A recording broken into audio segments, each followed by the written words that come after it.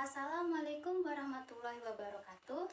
Perkenalkan, nama saya Lili Apriani dengan NIM 2310601052, Prodi S1 Manajemen Universitas Aisyah Yogyakarta. Di sini saya akan menjelaskan materi tentang iman kepada Allah Subhanahu wa taala.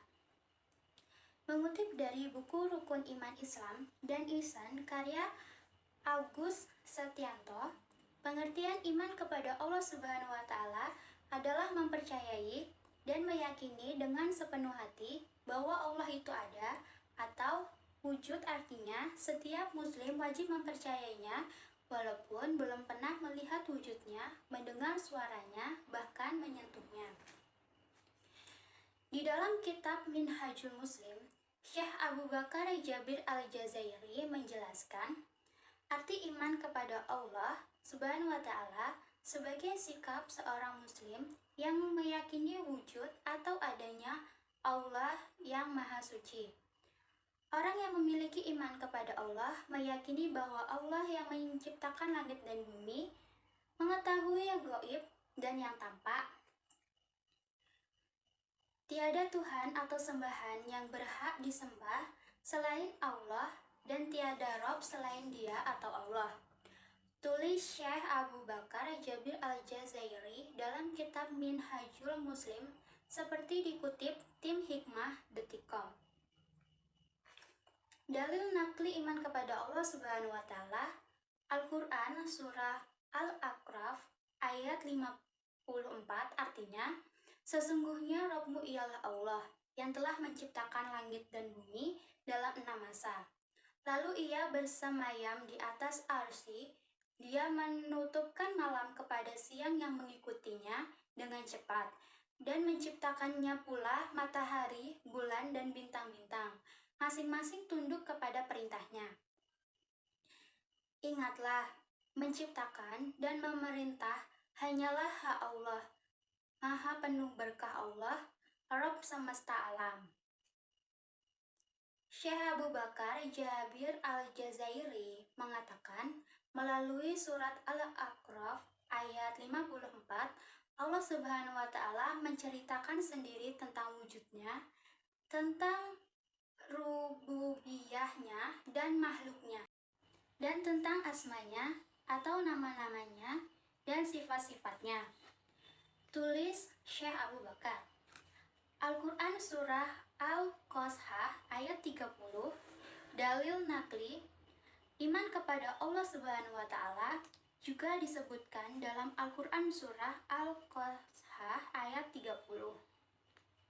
Ini adalah firman Allah Subhanahu wa taala ketika menyeru kepada Nabi Musa alaihi wasallam dari sebatang pohon di tepi kanan sebelah lembah di suatu tempat yang diberkahi. Artinya, maka tatkala Musa sampai ke tempat api itu, diserulah dia dari arah pinggir lembah yang sebelah kanannya pada tempat yang diberkahi dari sebatang pohon kayu, yaitu, Ya Musa, sesungguhnya aku adalah Allah, Rabb semesta alam. Al-Quran surah Al-Qasah ayat 30. Al-Quran surah Al-Anbiya ayat 22, artinya,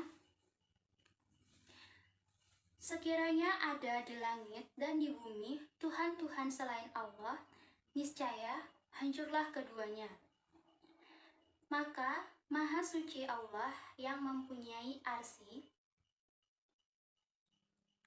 daripada apa yang mereka sifatkan. Menurut Syekh Abu Bakar Jabir Al-Jazairi, melalui surat Al-Anbiya ayat 22, Allah Subhanahu wa taala menegaskan bahwa tiada Tuhan yang patut disembah di langit dan di bumi selain Dia. Dalil akli iman kepada Allah Subhanahu wa taala. Setidaknya ada 3 hal yang disebutkan Syekh Abu Bakar Jabir Al-Jazairi sebagai dalil akli iman kepada Allah Subhanahu wa taala.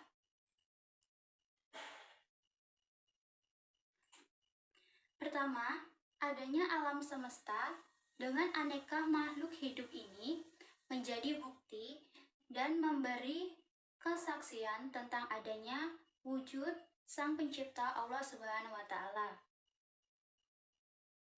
Karena tidak ada seorang pun di alam raya ini yang mengeklaim telah menciptakan alam raya ini beserta isinya selain dari Allah Subhanahu wa Ta'ala. Tulis Syekh Abu Bakar. Kedua adalah adanya firman-firman Allah Subhanahu wa Ta'ala di dalam Al-Quran yang telah dibaca oleh umat Islam, tak hanya dibaca tetapi juga dihayati dan dipahami maknanya. Dalil akli iman kepada Allah Subhanahu wa Ta'ala yang ketiga adalah adanya sistem yang teratur dalam tata surya dan kehidupan di bumi, mulai dari proses penciptaan, pembentukan, pertumbuhan, dan perkembangan makhluk hidup yang ada di alam semesta ini tunduk kepada sunnatullah. Tidak ada keluar darinya atau sunnatullah bagaimanapun juga, kata Syekh Abu Bakar. Dikutip dari Kompasiana, berikut ini merupakan contoh hal-hal yang menunjukkan keimanan kita kepada Allah Subhanahu wa Ta'ala. Yang pertama, mendirikan sholat. Yang kedua, memberi makan anak yatim. Yang ketiga, membayar zakat. Yang keempat, memaafkan kesalahan orang lain. Yang kelima, berhenti melakukan maksiat. Yang keenam, rajin beribadah. Yang ketujuh, mampu menahan amarah. Yang kedelapan, menunaikan segala perintah Allah dan menjauhi segala larangannya. Yang kesembilan, meninggalkan semua perilaku yang dibenci Allah. Mengutip buku Panduan Muslim Sehari-hari karya M. Hamdan Rashid, membaca 2 kalimat syahadat adalah kewajiban pertama yang harus dilakukan oleh seorang muslim. Syahadat sendiri memiliki pengertian sebagai ikrar atau kesaksian. Berikut bunyinya. Asyhadu alla ilaha illallah wa asyhadu anna Muhammadar Rasulullah. Artinya, aku bersaksi bahwa tiada Tuhan melainkan Allah, dan aku bersaksi bahwa Nabi Muhammad adalah utusan Allah.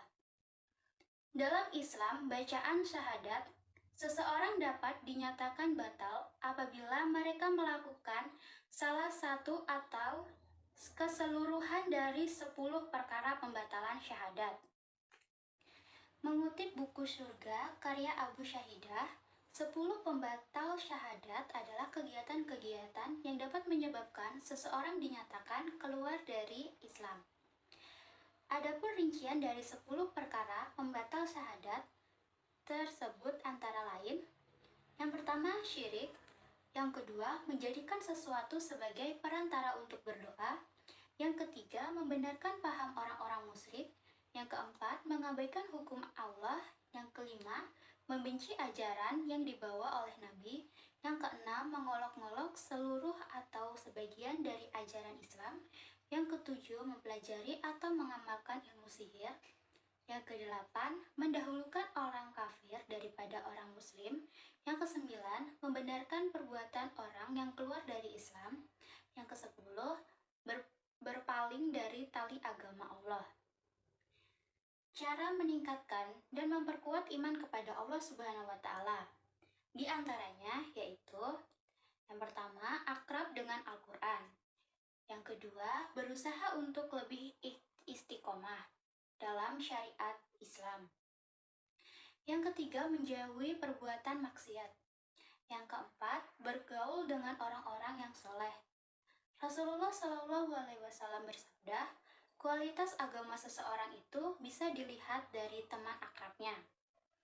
Maka hendaklah di antara kalian memperhatikan kepada siapa dia berteman. H.R. Ahmad. Demikian langkah-langkah yang dapat kita lakukan untuk memperkuat iman kita. Mudah-mudahan Allah senantiasa memelihara iman kita. Amin ya robbal alamin. Sekian penjelasan dari saya tentang iman kepada Allah Subhanahu wa Ta'ala. Saya akhiri. Wassalamualaikum warahmatullahi wabarakatuh.